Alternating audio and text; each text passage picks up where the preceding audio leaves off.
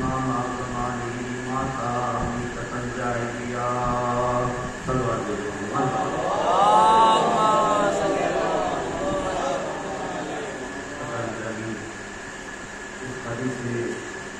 سرور کائنات حسین میں ہمارے آپ کی آج کی وفاتی خوشی ہے، اس کے حضور سرور کائنات نے کیا فرمایا، اس کے صدقے میں پروردگار عالم نے کائنات کو خلق کیا، لولا لما خلقت اخلاق، اگر میں آپ کو خلق نہ کرتا تو ان اخلاق کو خلق نہ کرتا۔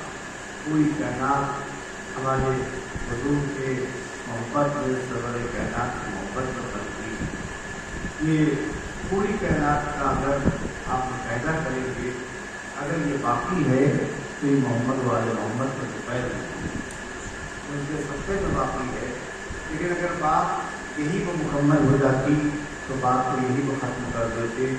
آگے حدیث قدسی نے اشارہ کیا، لولا علی لما خلقتک، اگر میں علی کو خلق نہ کرتا تو رسول آپ کو بھی خلق کرتا۔ اور فرمایا یہ ہے، بتایا جا رہا ہے منزلت کو، ان کے مدارج کو پہچانو اور کس لیے ہم نے اس کائنات کو خلق کیا، جو زمین کا فرش بچھایا ہے اپنے محمد کے لیے، یہ آسمان کا جامعہ ہمارے محمد کے لیے، یہ پھولوں کی انجمن ہمارے محمد کے لیے، یہ ہواؤں میں طغیانی ہمارے محمد کے لیے، یہ پانی میں روانی ہمارے محمد کے لیے، یہ شمس و قمر کے جلوے ہمارے محمد کے لیے۔ لیکن یاد رکھنا، لولا خلق، اگر ہم نے نہ خلق کیا ہوتا علی کو، لولا علی لما خلق ہوتا، اگر ہم نے علی کو خلق نہیں کیا ہوتا تو اس کائنات کو خلق کر دیا، نہ تمہیں خلق کیا ہوتا۔ تو یہاں پر آنے کے بعد اس بات سوچنے کو مجبور ہو جاتا ہے، اور مجبور ہونے کے بعد یہ سوچتا ہے آیا ان کے لیے خلق کیا ہے یا ان کے لیے خلق کیا ہے۔ اگر علی نہ ہوتے تو آپ کو بھی خلق نہ کرتا تو معلوم یہ ہوا یہ ڈپینڈ ہوگا ان کے اوپر۔ جبھی تو کہا جا رہا ہے کہ اگر میں علی کو خلق نہ کرتا تو آپ کو بھی خلق نہ کرتا۔ لیکن اگر دوسری حدیث سامنے نظر میں نہ ہوتی تو یہ معنی مجمل رہ جاتے ہیں یہاں کے اوپر، کیونکہ آگے حدیث نے اشارہ کیا انا ولی نور واحد، میں ولی ایک ہی نور ہے۔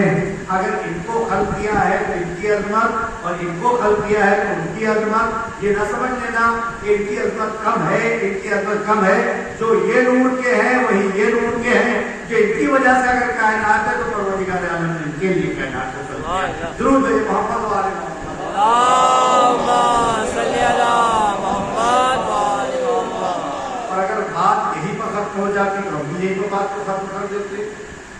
آگے حدیث قدسی میں ارشاد ہوا، لولا فاطمہ لما خلقتکما، اگر میں فاطمہ کو خلق نہ کرتا تو رسول نہ آپ کو خلق کرتا نہ علی آپ کو خلق کرتا۔ اب آپ کو اس معنی کی طرف لے جاؤں کہ جب یہ پنجتن پاک چادر یمانی میں جمع ہو گئے، اور جمع ہونے کے بعد جناب جبریل نے پوچھا پالنے والے اس کے اندر کون کون ہیں؟ کسی کوئی گھر آپ کے آئے اور وہاں دادا بھی بیٹھے ہوئے ہوں، ابا جان بھی بیٹھے ہوئے ہوں، بیٹا بھی بیٹھا ہو، پوتا بھی بیٹھا ہوا ہو، اور آنے کے بعد کوئی پوچھے بھائی یہ کون، تعارف تو کرائیے، انٹروڈکشن تو کرائیے، یہ لوگ کون ہیں تو بیٹھے ہوئے سامنے، یہ آپ کے کون کون ہیں، اور کوئی شروع کرتے کہ دیکھیے یہ ان کے پوتے ہیں، یہ ان کے بیٹے ہیں، یہ ان کے باپ ہیں، اور یہ دیکھیں ان کے دادا ہیں یا ان کے نانا ہیں۔ تو لوگ ہنسیں گے کہ کہیں اتنی تعارف کہیں چھوٹے کے ذریعے سے کہیں نہیں کرایا جاتا۔ یہ تو انٹروڈکشن کے خلاف ہے، یہ تو ادب کے خلاف ہے کہ ہم پوتے سے شروع کر رہے ہیں، بیٹے کو بتا رہے ہیں، بیٹے سے بتا رہے ہیں، باپ کو بتا رہے ہیں، پھر اس کو بتا رہے ہیں، پھر دادا کو بتا رہے ہیں۔ یہ تو تعارف صحیح بھی ہوئے، تعارف کا طریقہ یہ نہیں ہوا کرتا۔ ہمیشہ گھر کے اندر جب بڑے بیٹھے ہوتے ہیں تو بڑے کے ذریعے سے چھوٹوں کا تعارف کرایا جاتا ہے۔ یہ دیکھیں ان کے دادا ہیں، یہ دیکھیں ان کے نانا ہیں، یہ دیکھیں ان کے باپ ہیں، یہ ان کے بیٹے ہیں، یہ ان کے بیٹے ہیں، ان کے ذریعے سے تعارف کرایا جاتا ہے۔ لیکن جب پوچھا جبرائیل نے کون ہے چادر یمانی کے نیچے، تو کس کے ذریعے سے پہچانوایا گیا؟ ہم فاطمہ تو ابوہا و بالہا و بنوہا، اس کے اندر فاطمہ ہیں اور ان کے والد ہیں اور ان کے شوہر نامدار ہیں، اور ان کے پسر. قدرت کو تعارف تو رسول کے ذریعے سے کرانا چاہیے تھا کہ ان کے نانا ہیں اور یہ دیکھیے یہ ان کے داماد ہیں اور یہ دیکھیے ان کی بیٹی ہیں اور یہ دیکھیے ان کے پسر ہیں. قدرت نے سب کو چھوڑتے ہوئے شہزادی کے ذریعے سے تعارف کرایا تاکہ دنیا کو پتہ چل جائے کہ ہم اس نقطے کے ذریعے سے اس مرکز کے ذریعے سے تعارف کرا رہے ہیں کہ جو رسالت کو بھی بچائے گی اور امامت کا بچانے گی. درود بھیجے محمد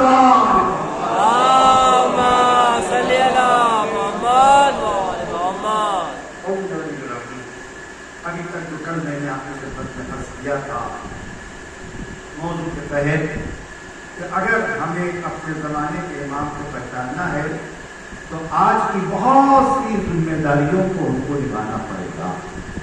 اگر ہم ان ذمہ داریوں کو نہیں نبھا رہے ہیں تو انتظار تو کر رہے ہیں لیکن یہ نہیں سمجھ پا رہے ہیں کہ انتظار کرنے کے تقاضے کیا ہیں, اس کی ذمہ داریاں. صحیح کہ ایسا تو نہیں رسم و رواج کے تحت ہم جی رہے, ہمیں اپنی ذمہ داریاں کہیں نہ ہو.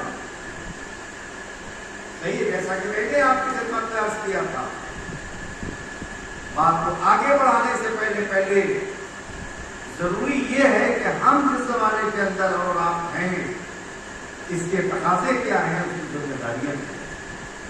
ان تقاضوں میں آغا تقی نے جو اسفہانی جو دو کتابیں لکھی ہیں اسی سے تھوڑا آپ کی خدمت میں عرض کر رہا ہوں.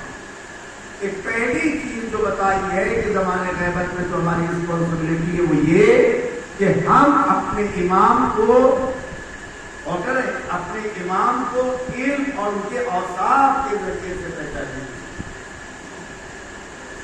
جب تک علم نہیں ہوگا, جب تک ہم نہیں پہچانتے ہوں گے کہ ہمارا امام کون ہے, کس صورت سے پہچانیں گے؟ علم ہی کے طریقے سے پہچانا جائے گا کہ ہمارے امام کون ہے, ہماری ذمہ داریاں کیا ہے. اور کر جائے کہ درود بھیجے محمد وآل محمد.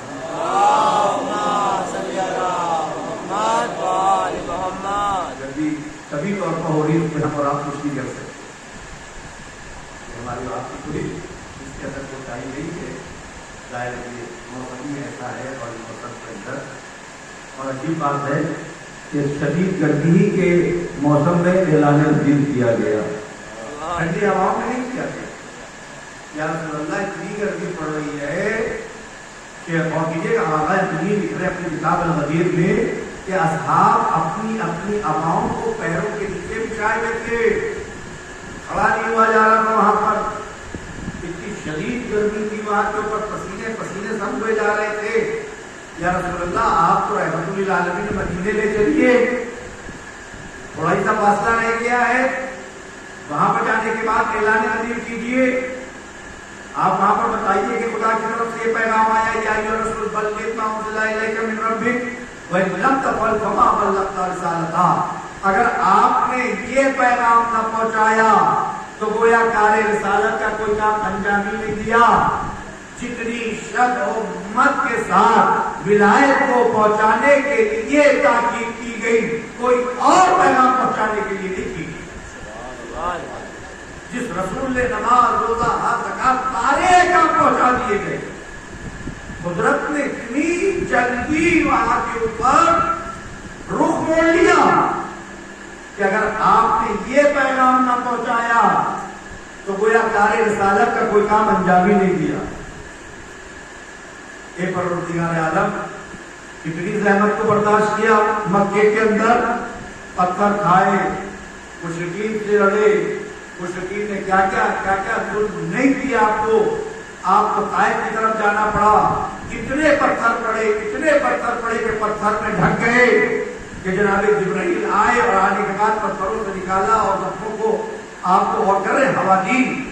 اتنے تکلیفیں اٹھانے کے بعد بھی جس رسول سے قدرت کبھی کہا کہہ رہی ہے, کبھی یاسین کہہ رہی ہے, کبھی مزمل کہہ رہی ہے, کبھی پیارے رسول کہہ رہی ہے, کبھی چادر والا کہہ رہی ہے, چادر اوڑھ لے تو چادر والا کہہ رہی ہے, لیکن قدرت نے یہاں کے اوپر کوئی اور لفظ استعمال نہیں کیا. اگر کہہ سکتی تھی یا ایھا الرسول کہا اس پیغام کو پہنچا دیجیے, یا ایھا رسول اور کر رہے ہیں مزمل اس پیغام کو پہنچا دیجیے. قدرت نے کوئی اور لفظ استعمال نہیں کیا یا ایھا الرسول بلغ. کیوں؟ اس لیے کہ اگر اس کے ساتھ کہا یاسین اے میرے حبیب یہ الفاظ استعمال ہوتے تو کل مسلمان جیسے لفظ مولا کو بدل دیا تو یہاں پر بھی بدل کے یہ کہتے کہ کوئی پیغام اتنا خاص امپورٹنٹ تھوڑی نہ آیا. اے میرے پیارے حبیب اس پیغام کو پہنچا دیجیے. تو سرکاری پیغام کو سرکاری عہدے سے نہ خطاب کیا گیا کہ کوئی یہ نہ سمجھ لے کہ یہ پیاری باتیں ہیں اور یہ محبت والی باتیں ہیں. جو رسول کا اصل عہدہ تھا ایھا رسول بلغ، آپ رسول بنا کر بھیجے گئے ہیں، آپ پہنچا دیجیے. تاریخ تبلیغی جماعتیں سمجھ لیں، چاہے وہ نماز کا پیغام پہنچائیں، چاہے وہ روزے کا پیغام پہنچائیں، چاہے حج کا پیغام پہنچائیں. جب قدرت اپنے پیارے نبی سے سورج سے لہجے سے اختیار کر سکتی ہے، یہ لہجہ اختیار کر سکتی ہے، اگر آپ نے یہ پیغام نہ پہنچایا تو گویا کارے رسالت کے کارے انجام نہیں دیا. تو یہ مولوی اور یہ اپنی اپنی اوقات کو سمجھ لے کہ جب اپنے پیارے حبیب سے قدرت کے تیور اختیار کر سکتی ہے تو تمہاری کیا اوقات ہے؟ تمہاری درود ہے محمد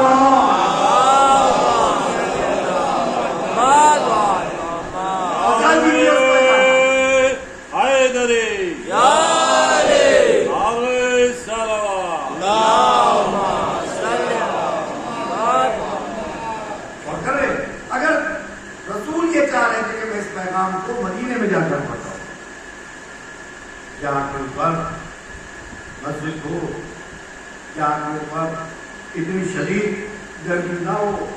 آپ یہ ارادہ کر رہے تھے لیکن قدرت بار بار اشارہ کر رہی ہے اسی مقام پر پہنچائیے.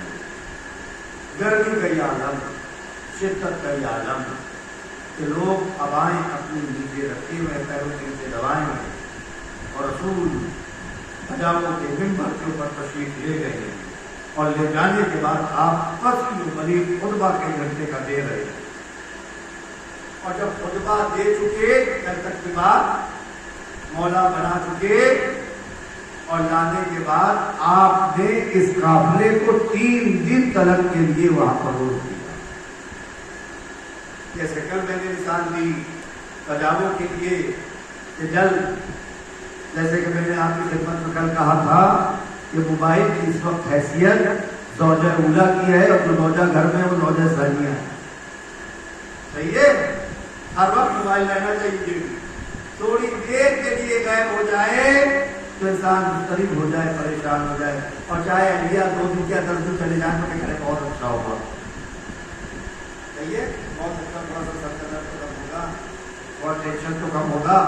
نہیں سسرال گئی ہے میں جا رہی ہوں محرم کرنے کے لیے، کہیں کی جا رہی تھی، ارے رہنا آرام سے رہنا، تو جلدی نہیں ہے جلدی ہے، محرم ہے، اشرا کر کے آنا کہیں نہیں، ایجا ہو جائے تب آنا زیادہ بہتر ہوگا. لیکن ہم کہتے ہیں تیجے تلک وہ موبائل آپ کریں گے، کیا پاسبلٹی ہے تیجے تک کا موبائل آپ کا دے دیا جائے اہلیہ کو کہ جب میں آؤں گی تو آپ کا موبائل لے آؤں گا؟ صحیح ہے؟ یہی موبائل فساد کی جڑ ہے اور یہی استعمال صحیح ہو تو یہ معرفت کی جڑ ہے. یہ تو اپنے اپنے استعمال کی بات ہے. جیسے میں نے بتایا انڈیا میں تھا، جیسے ہی گاڑی پر بیٹھایا اور جیسے ہی جھٹکا دبایا جس کو بولنے لگا، جس کو چلنے لگا، آئے مولانا کو لینے کے لیے کہا مسجد پڑھوانے کے. یہ تو شعور پتہ چل جاتا ہے کہ ذرا دیکھو جو چیز سب سے زیادہ جسم کے ساتھ رہتی ہے اس کا ٹچ کر کے دیکھیے، اس کا مزاج پسند آ جائے گا.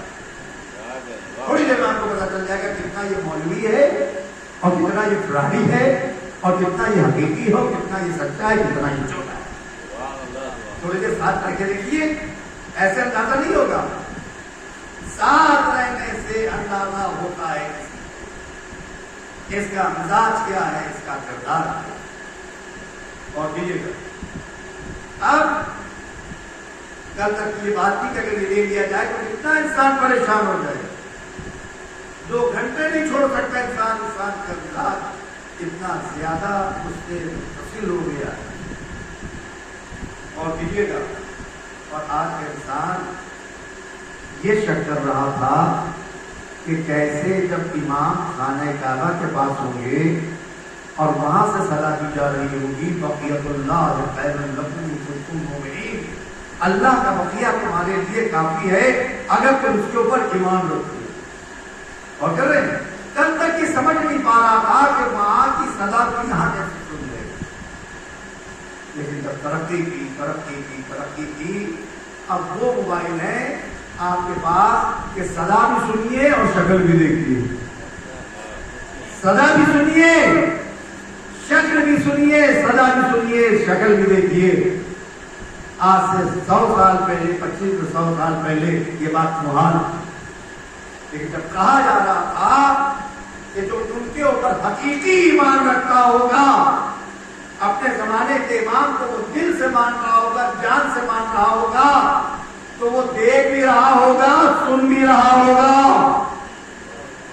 اور کیجیے گا دیکھ رہا ہوگا، سن رہا ہوگا، پہلا قدم اس کا گھر کی چوکھٹ پر ہوگا اور دوسرا قدم امام کی خدمت میں ہوگا۔ یہ انسان اس کو حدیث سمجھ رہا تھا، حقیقت نہیں سمجھ رہا تھا، لیکن دیکھیے زمانے میں ترقی کی اور قرآن نے کہہ دیا کہ تمہیں اگر یقین نہیں ہے تو عاصم ابن برقیہ سے جا کر پوچھو۔ صحیح ہے، جیسے ہی کہا کہ کون تخت بلقیس کو لائے گا کہ میں چشمے صدر میں لے آؤں گا، کس نے کہا؟ عاصم ابن برقیہ نے کہا۔ پہلے جن نے کہا اس سے پہلے لا کر پیش کروں گا کہ آپ کے دربار برخاست ہونے پائے، کہا نہیں اور جلدی کون لائے گا؟ عاصم ابن برقیہ کھڑے ہوئے، میں لا کر پیش کروں گا۔ چشمے زدن میں تخت بلقیس کو لا کر جناب سلیمان کی خدمت میں پیش کر دیا۔ جبکہ چھٹے امام کہہ رہے ہیں اس کو قرآن کا ایک کلمے کا علم دیا گیا تھا، اور جو میرا آخری حجت آئے گا خدا اس کو تمام کلمات کا علم مرحمت کر دے گا، اور وہ وارث آدم کا ہوگا، وہ وارث نوح کا ہوگا، وہ ابراہیم تمام انبیاء کا وارث ہوگا، سرور کائنات کا وارث ہوگا، تمام معجزوں کا وارث ہوگا۔ جس کو ایک کلمے کا علم دے دیا جائے تو چشمے زدن میں تخت بلقیس کو پیش کر سکتا ہے، لا سکتا ہے، تو جس کو تمام کلمات کا اگر علم دے دیا جائے، چشمے زدن میں اپنے چاہنے والے کو اپنے پاس بلا لے، تو کیا تعجب کی بات ہے؟ یہ معجزہ عاصم ابن برقیہ کا تھا اور یہ معجزہ امام زمان علیہ السلام کا ہوگا۔ درود بھیجے محمد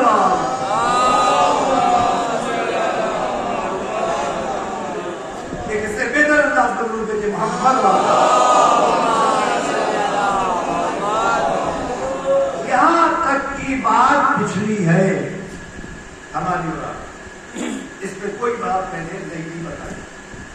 ہاں اپنے بھائیوں کی خود بہتر کر 3 دن تک روکے رکھا، یا رسول اللہ پیغام دے دیا، سب نے سن لیا، سب نے دیکھ لیا، آپ نے مولا بنا دیا، کسی نے مانا، سب نے آ کر مبارک کر دی، فخر یا علی بن ابی طالب، مبارک ہو اے علی بن ابی طالب کے بیٹے۔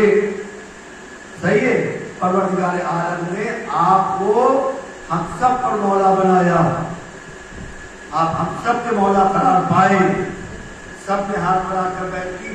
روایت بتا رہی ہے 3 دن تک آپ نے قافلے کو وہاں پر روکے رکھا۔ اگر اسی دن دیکھ دیتے یا رسول اللہ تو کیا ہو جاتا؟ صحیح ہے، مثال دے رہا ہوں اور کیجیے گا۔ ہماری صاحب ان کی انجمن پڑھنے کے لیے گئی لکھنؤ، صحیح ہے، چینو میں پڑھنے کے لیے گئی، وہاں پڑھا، وہاں پر جب دیکھا لوگوں نے کیا کلام ہے، کیا بڑا ہے، کیا سینہ زنی ہے، ماسم ہے، وہاں سے فیض آباد کے لوگوں کا وعدہ آ گیا، تو فیض آباد وہاں سے فیض آباد سے بنارس کا وعدہ آ گیا، صحیح ہے، وہاں چلی گئی، وہاں سے پٹنہ کا وعدہ آ گیا، وہاں چلی گئی، اور کر رہے ہیں پٹنہ سے کلکتے کا وعدہ، وہی لائف تھی، وہی چلی گئی۔ یہاں سب کو معلوم تھا لکھنؤ گئے ہیں بچے انجمن میں پڑھنے کے لیے، دن میں پڑھنے گئے، شام کو واپس رکھے، سب کو یہ پتا تھا۔ لیکن اگر یہ تاخیر 3 دن تک ہو جائے تو ہر آدمی پوچھے گا یا نہیں پوچھے گا؟ فطری طور کے اوپر، عقلی طور کے اوپر ہر آدمی سوال کرے، آخر تاخیر کی وجہ کیا ہے؟ آخر تاخیر ظاہر ہو گئی، لوگ پوچھیں گے فون کیے جائیں گے، وہاں کیے جائیں گے، تو اب آپ تفصیل بتانے پر مجبور ہو جائے گا۔ صحیح ہے کہ بھائی وعدہ لکھنؤ کا تھا، وہاں سے فیض آباد کا وعدہ آ گیا، یہ اپنا تب وہاں چلے گئے، فیض آباد سے بنارس کا وعدہ ہو گیا، وہاں چلے گئے، وہاں سے پھر پٹنہ کا وعدہ ہو گیا، پٹنہ چلے گئے، پٹنہ سے وہ وہاں تک چلے گئے۔ تو ہر آدمی یہاں پر سوال کرے گا اور تفصیل بتانے پر مجبور ہو جائے گا۔ اگر ان کو اسی دن رخصت کر دیا جاتا، رسول اسلام رخصت کر دیتے، تو بہت سے ایسے تھے کہ یہ دبائے رہتے، کیا ہوا تھا غدیر میں، کیا واقعہ ہوا تھا غدیر میں، تو یہ سب دبائے رہتے، گھروں میں چھپائے رہتے، بتاتے نہیں کہ کیا ہوا تھا۔ تو رسول نے فطرت کے تقاضوں کے تحت ان کو 3 دن تک باہر رو کے رکھا۔ اب اس کے اندر ہر جگہ کے لوگ تھے، شام کے بھی لوگ تھے، مکے کے بھی لوگ تھے، دوسرے قریات کے بھی لوگ تھے، دوسرے شہروں کے بھی لوگ تھے۔ جب لوٹ کر گئے تو ہر آدمی انتظار کر رہا تھا، اس زمانے میں کمیونیکیشن تو تھا نہیں، ہر آدمی انتظار کر رہا تھا بھیا کیا ہوا، کیا واقعہ ہوا تھا بھیا۔ وہاں پر جبرائیل نازل ہو گئے عہد لے کر کہ علی کو خلیفہ بنا دیجئے، مولا بنا دیجئے۔ رسول نے وہاں کے اوپر کجاووں کا ممبر بنوایا، کجاووں کا ممبر بنانے کے بعد فصیحوں پر خطبہ دیا، خطبہ دینے کے بعد آپ نے اپنے ہاتھوں پر علی بن ابی طالب کو بلند کیا اور بلند کر کے کہا من تو مولا فہذا علی مولا۔ پھر اس کے بعد خیمہ نصب پر آیا، خیمہ نصب پر آنے کے بعد سب سے بیعت لی گئی، 1 لاکھ سوا لاکھ سے زیادہ بیعت وہاں پر کی گئی، 3 دن تک روکے رکھا۔ اس لیے ہم لوگوں کو آنے میں تاخیر ہو گئی، اس لیے رسول نے ایسا اہتمام کیا کہ اگر چھپانا چاہو گے بھی تو چھپا نہ سکو گے، ہم فطرت کے تقاضوں کے تحت اتنی تاخیر کر دیں گے کہ ہر آدمی سواری بنا کھڑا ہوگا، ہر آدمی وہاں پر ان سے پوچھ رہا ہوگا کس کو مولا بنایا گیا، کس کا اعلان کیا گیا۔ درود محمد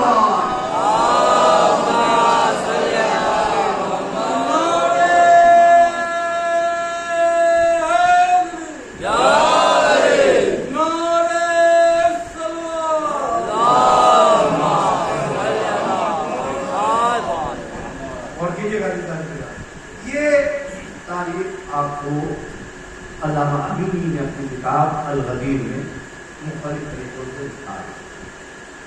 جب 3 دن ہو گئے اس میں 3 دن میں رسول نے کیا کیا، ایک خیمہ نصب کرایا۔ دیکھیے ایسے ہی روایت یہاں پر بھی ملتی ہے اور اسی سے ملتی جلتی ایک اور حدیث ہے کہ اسلام کی بنیاد 5 چیزوں پر ہے، اور یہ رقم ہوں اپنے الفاظ پہ، نماز روزہ حج زکات اور ہماری ولایت، امام رضا علیہ السلام ہماری ولایت، ہم اہل بیت کی ولایت۔ اور جتنی تاکید ولایت کے سلسلے میں کی گئی اتنی تاکید کسی اور کو اس طریقے سے کرنے کی تاکید نہیں ہے۔ امام نے ارشاد فرمایا، اور جو پوچھنے والے تھا اس کو جواب دینے کے بعد آپ نے اس کو عملی طور پر بتایا، یہ بتاؤ ایک خیمہ نصب کیا جائے جس کی 4 تنابیں ہوں، صحیح، 4 رسیوں سے وہ خیمے کو روکا جائے، اور کیجیے گا، اور بیچ میں ایک پلر لگایا جائے، بیچ میں پلر لگایا، اس کے اوپر خیمہ اور یہ 4 تنابیں، ایک یہ کونا، ایک یہ کونا، ایک یہ کونا، ایک یہ کونا۔ امام نے فرمایا یہ بتاؤ اگر یہ تناب کھل جائے تو کیا ہوگا، کیا خیمہ گر جائے گا؟ کہا نہیں۔ کیا یہ کھل جائے تو گر جائے گا؟ کہا نہیں۔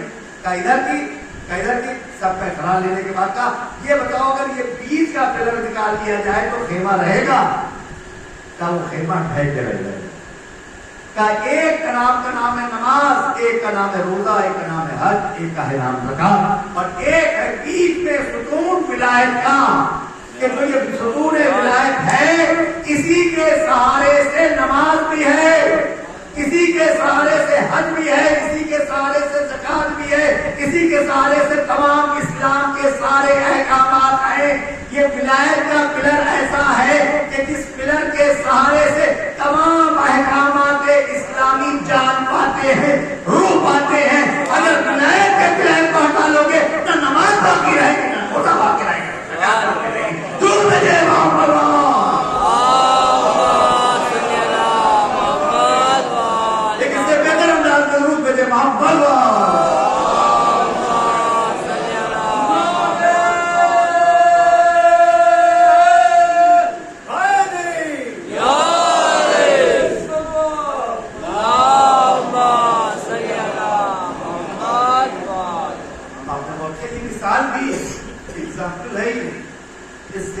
اندازہ لگایا جا سکتا ہے. اس سے کوئی نہ سوچتے کہ نماز کی کوئی اہمیت نہیں ہے, روزے کی کوئی اہمیت نہیں ہے, کوئی اہمیت. یہ جتنے بھی ارکان ہیں یہ سب ولایت کے سہارے سے اپنی جگہ پر آئے. اور تمہارے اب جو خیمہ لگایا, لگانے کے بعد مولا کائنات کو کرسی پر بیٹھا اور کہا ایک تشت لایا جائے.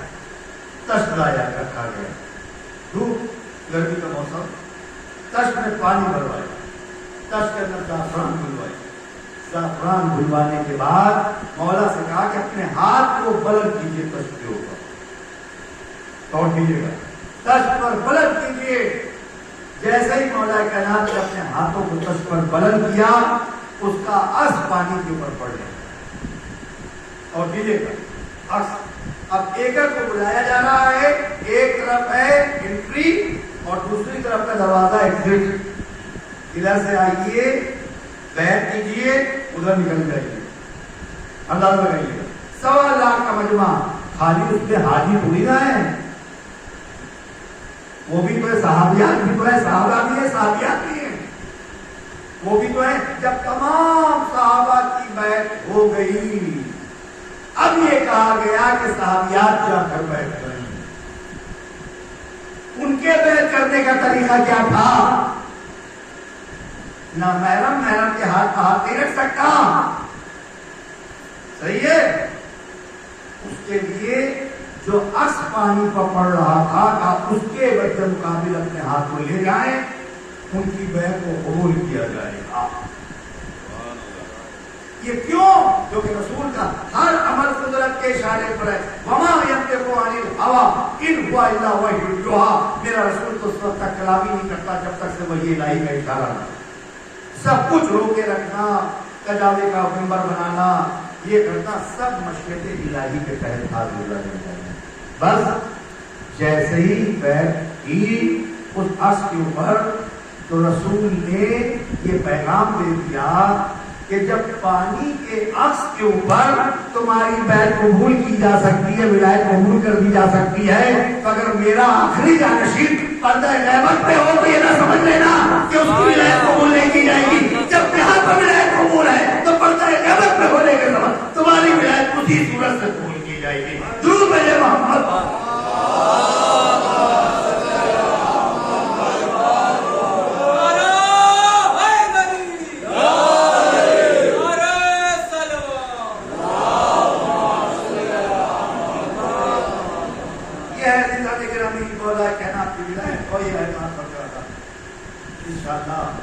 ابھی تک میں وہ خطبہ نہیں پیش کر سکا جو پہلا خطبہ ہے کہ جس کے اندر اول دین معرفت ہے, دین کی پہلی بنیاد معرفت ہے. کمال المعرفت توحید, اور کمال معرفت یہ ہے کہ اس کو وحدہ اللہ شریک مانا جائے. اور اگر اس کے اوپر پورا خطبہ ہے, پہلا خطبہ انشاءاللہ موقع کل تھوڑی سی اس کے روشنی ڈالنے کی کوشش کریں. بغیر معرفت کے ہماری رسپانسبلٹی اس زمانے کے اندر یہ ہے, ایک ذمہ داری جہاں پر ذاکرین بھی بیٹھے ہوئے ہیں, یہاں پر ماجدین بھی بیٹھے ہوئے ہیں, جو اس بات کی تصدیق کریں گے کہ زمانہ غیبت میں تمہاری طرف یہ ہے کہ تم فضائل آل محمد کو, اپنے زمانے کے امام کے فضائل کو اس صورت سے ان کی محبت کو دنیا کے سامنے پیش کرو, اس میں اتنا اٹریکشن پیدا کرو کہ جو غیر ہے وہ کھینچ کے ولایت کی طرف. صحیح ہے, یہ بھی ذمہ داری ہے ہماری, بہت ذمہ داری ہوگی. تو اس کے لیے ضروری ہوگا کہ اپنے کردار کو پہلے بنانا ہوگا, اپنے کردار کو پہلے سنوارنا ہوگا, اپنے اخلاق کو پہلے سنوارنا ہوگا. جبھی تو ہم اگر بیان کریں گے تبھی تو آسانی آئے گا ہمارے پاس, جبھی تو سنے گا. اور اب جھوٹے ہیں یہاں پر, جن پر جھوٹ بولتے ہیں, جن پر مکاری کرتے ہیں, فراڈ کرتے ہیں, اور منبر پر آنے کے بعد فضائل پڑھ رہے ہیں, تو کون اٹریکٹ ہوگا, کون آئے گا؟ تو سب سے پہلے ہمیں اپنے کردار کو بلند کرنا ہوگا, اپنے کریکٹر کو صحیح کرنا ہوگا. جب کریکٹر کو صحیح کر دیں گے, کردار کو بلند کر دیں گے, تو سولی پر لٹکانے کے بعد بھی وہاں پر اقرار ولایت کر رہے ہوں گے کہ دیکھ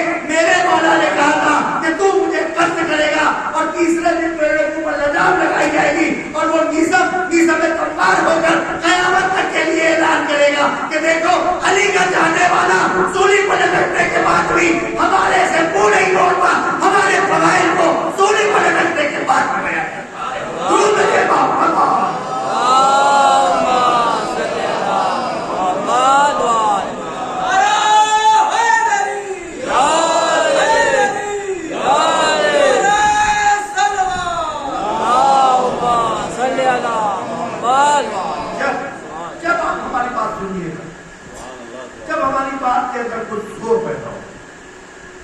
عملی طور کے اوپر ہماری اور آپ کی ذمہ داری ہے. جو نوجوان ہماری بات کو سن رہے ہیں میں ان سے ریکویسٹ کرتا ہوں اس صورت سے اپنی زندگی کو بنائیے کہ امام آپ کی زندگی کو دیکھنے کے بعد خوش ہو جائے کہ ہاں یہ میرے شیعہ ہے, یہ میرا چاہنے والا. یہ جب دعوت آپ کیجیے گا امام کی طرف, امام آئیں گے اور آپ بتائیں گے, تب دوسرے لوگ یہ کہیں گے کہ جب یہ اتنا صادق ہے تو ان کے امام کتنے بڑے صادق ہوں گے. جب یہ اتنا عالم علم رکھتا ہے تو ان کے امام کتنے بڑے عالم ہوں گے. جب یہ ایسا متقی ہے تو ہمارے متقی کیسے ہوں گے. درود بھیجے محمد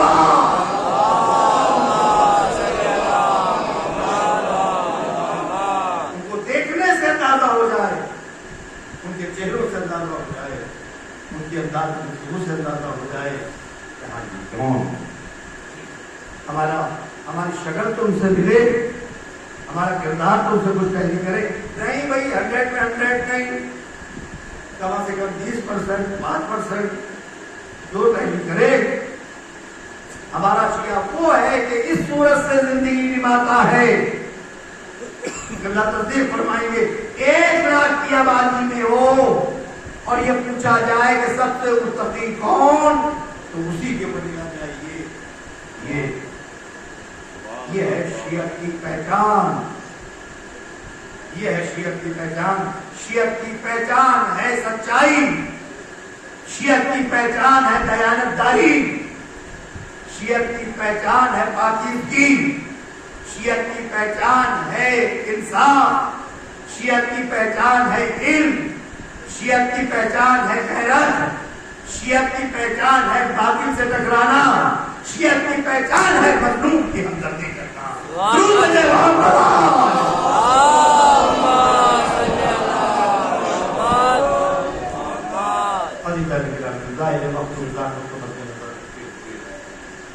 اگر ہم دیکھتے ہیں کربلا میں ہمارے تمام معصومین نے اس بات کا اہتمام کیا تھا کہ اپنی طرف سے کسی نہ کسی کو نمائندہ بنا کر بھیجا. مولا کائنات نے اپنی نمائندگی کے لیے سر پر ضربت لگنے کے بعد, اور کیجیے گا جب کسی بیوی کے رونے کی آواز آ رہی تھی تو کون میری زندگی میں گریا کر رہا ہے, تب ام المنین کا بلایا کہ ام المنین میری زندگی میں گریے کا سبب کیا. تب مولا آپ نے پورے گھر کو امام حسن کے حوالے کیا, لیکن میرے عباس کو کسی کے حوالے نہیں. اور جیسے یہ سننا تھا آپ نے کہا عباس کو بلاؤ اور حسین کو. ایک طرف عباس کو کھڑا کیا اور ایک طرف آقا حسین کو کھڑا. اپنے ہاتھ پر سینے پر اپنا ہاتھ رکھا اور اس پر عباس کا ہاتھ رکھا اور اس پر حسین کا ہاتھ رکھنے کے بعد کہا اے عباس کربلا کے میدان میں میں تو نہ ہوں گا, لیکن دیکھو تم حسین سے غافل نہ ہو. اب اندازہ لگا یہ ہے اہتمام کربلا کے لیے ذخیرہ کیا تھا مولا کائنات نے. قبر بنی ہاشم, ہماری اور آپ کی جان فدا ہو جائے قبر بنی ہاشم کی وفا کے اوپر, آپ کی محبت کے اوپر. کس صورت سے اپنی زندگی کو بنایا اور پھر سائے کی طرح رہتے تھے, سائے کی طرح ہر وقت کہ میرے آقا کو کہیں پیاس نہ لگتے. اور پھر اور بی بی فاطمہ نے اپنی نمائندگی کے لیے جناب زینب کا انتخاب کیا, کیونکہ معلوم تھا میں تو نہیں ہوں کربلا کے بعد, ثانیہ زہرا ہماری طرف سے نمائندگی کرے. اس لیے حسین کے ہر وقت ساتھ ساتھ ساتھ ہر وقت بھیا پر نظر, بھیا کے چہرے. امام حسن مجتبیٰ نے اپنی طرف سے اپنی زندگی میں جس کو ذخیرہ کیا تھا وہ جناب قاسم کو ذخیرہ ہے. کہ قاسم یہ تعریف جب کھولنا کہ جب میرا بھائی انتہائی مصیبت کے عالم میں, اور پھر جناب قاسم کو خدا آپ کو کسی غم میں نہ رو رہا ہے. چند یشرے کے ہیں ہمارے اور آپ کے, ہمارے اور آپ کے گریے کے لیے, ہمارے اور آپ کے کردار سازی کے لیے, ہمارے اور آپ کے کردار کو درج کرنے کے لیے کہ ہم کربلا والوں سے کچھ سیکھ سکیں. اور قاسم کو جناب امام حسن مجتبیٰ علیہ السلام اسی صورت سے، اور دیکھیے گا اسی صورت سے اور محمد کو ان کے والد، اور دیکھیے گا اور اسی صورت سے رسول خدا نے جناب علی اکبر، آپ پوری بات کا منظر سمجھ گئے؟ کہنا میں کیا چاہتا تھا؟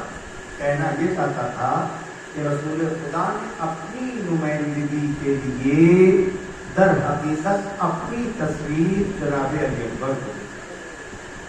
علی اکبر کتنے خوبصورت تھے، کتنے حسین تھے کہ جب مدینے میں نکلتے تھے تو لوگ اپنی دکانیں چھوڑ چھوڑ کھڑے ہو جاتے اور اکیلے عباس زانی نہیں تھے، خبر بنی ہاشم ساتھ ساتھ رہے، زیادہ تر علی اکبر کو اپنی نگاہوں میں رکھے اور شہزادی زینب نے پالا اور بڑا کیا۔ کربلا میں حسین کے پاس جب آئے علی اکبر کہ بابا مرنے کی اجازت کرم پر بنے، اب اس سے نہیں دیکھا تھا، راستے پر آپ نے دیکھا ہوگا، جب حسین نے خواب دیکھا تو آپ نے پوچھا بابا آپ نے کیوں کہا انا للہ و انا الیہ راجعون؟ کیا میں نے ابھی غروب کی تعریف ہو گئی کہ میں نے یہ دیکھا کہ جیسے مجھ سے کوئی کہہ رہا ہے یہ قافلہ موت کی طرف جا رہا ہے اور موت کی طرف، تو کہے بابا کیا ہم حق پر نہیں ہیں؟ کیا ہم حق پر ہیں اور ہمارے علاوہ حق پر کون ہو سکتا ہے؟ تو کہا اے بابا تب کس بات کا ڈر ہے؟ موت ہم پر آ پڑے ہم موت پر جا، یہ ہے علی اکبر رضی۔ جب نر اعلیٰ میں گر گئے تو گرامی حسین نے سب سے پہلے اپنی طرف سے اپنے سب سے زیادہ جس سے محبت کرتے تھے اس کو جب دیکھا کہ آیا اجازت کے لیے تو ایک ہی جملہ کہا اے علی اکبر تم کو تو تمہاری پھوپھی نے پالا ہے، پہلے جا کر اس سے اجازت کر۔ علی اکبر خیمے میں آئے، آنے کے بعد اجازت طلب کی، جناب زینب مل گئے، جناب زینب سے تیار ہے۔ راوی کہتا ہے کہ کبھی خیمے کا پردہ اٹھتا تھا کبھی خیمے کا پردہ گرتا اور تمام بیویاں جناب علی اکبر کو کھیل دیتی تھی جب آپ خیمے سے نکلنا چاہتے تھے۔ جب آئے باہر دیکھا کہ علی اکبر آپ نے رخصت کے لیے ہو کر آ گئے خیمے سے تو حسین نے خود سے سوال کیا اور سوال کرتے ہوئے ارشاد فرمایا اے بیٹا علی اکبر جب تک میدان میں ہمارا اور تمہارا سامنا رہے منہ منہ کے دیکھتے جانا، اور کیے گا۔ علی اکبر کہتے ہیں منہ منہ کے دیکھتے جانا، دیکھتے جانا، جب خیمے سے دور ہو رہے، جب میدان میں بالکل قریب پہنچ رہی ہے تو سوچے کہ بابا چلے گئے ہوں گے، جب میں نے گھوڑے کو تیز کیا تب بھی یہ صدا کانوں میں آ رہی تھی یا علی یا علی یا علی یا علی۔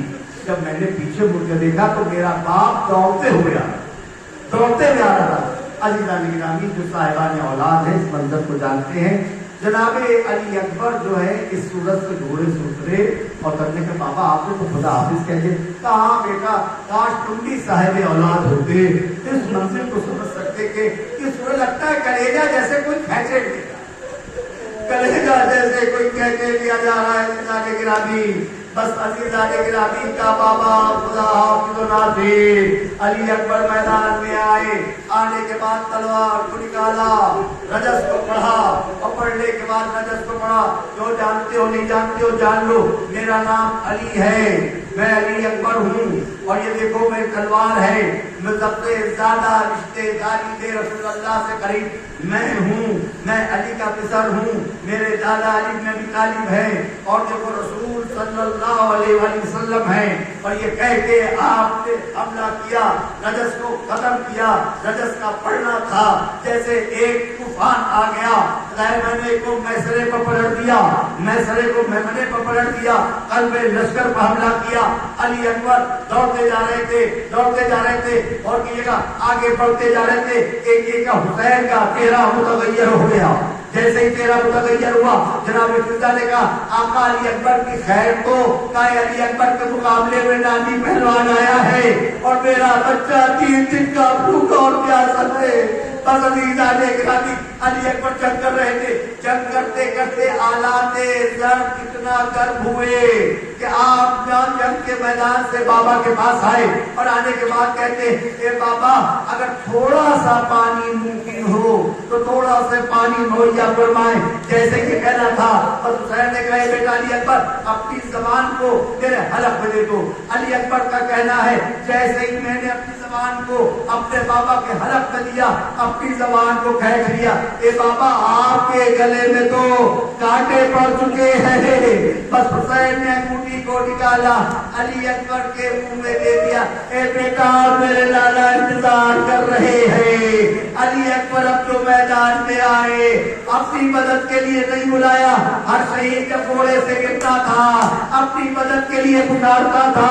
علی اکبر جانتے تھے بوڑھا باپ کیسے مدد کے لیے آئے گا، ہر وقت گرنے والا گرتا تھا جب یہ کہتا تھا آقا میری مدد کے لیے آئیے، آقا میری مدد کے لیے آئیے۔ یہاں پر علی اکبر نے مدد کے لیے نہ پکارا بلکہ یہ جملہ کہا یا بتا علیکہ منی السلام، اے میرے بابا آپ پر میرا آخری سلام ہو۔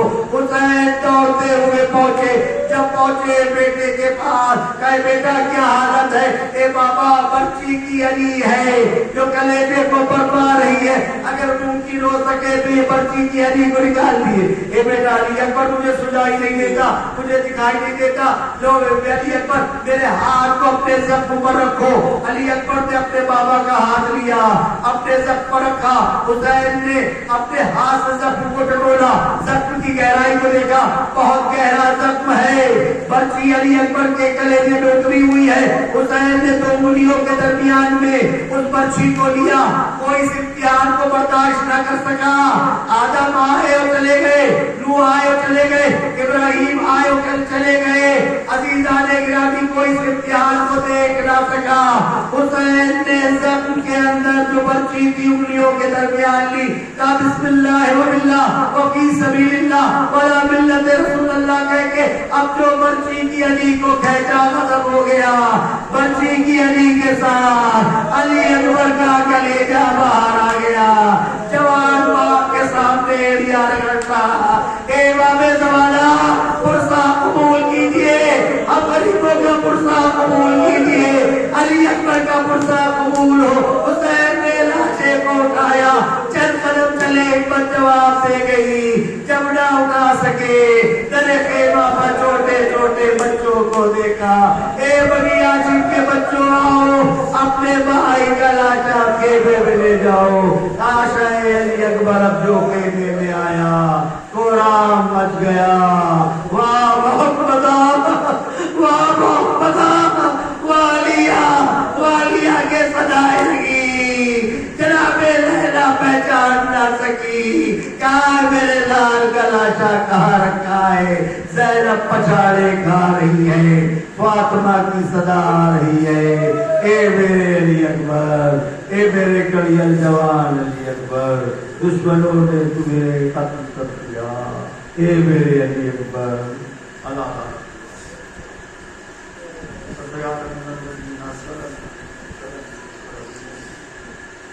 انا للہ و انا الیہ راجعون، رضا القضاء و تسلیما لامرہ، اللهم صل وسلم بحجتك الحسن صلواتك عليه وعلى آبائه في هذه الساعة وفي كل ساعة واليوم حافظا وقائدا وناصرا ودليلا معينا حتى تسكنه أرضك طوعا فتمتعه فيها طويلا برحمتك يا أرحم الراحمين۔ صل على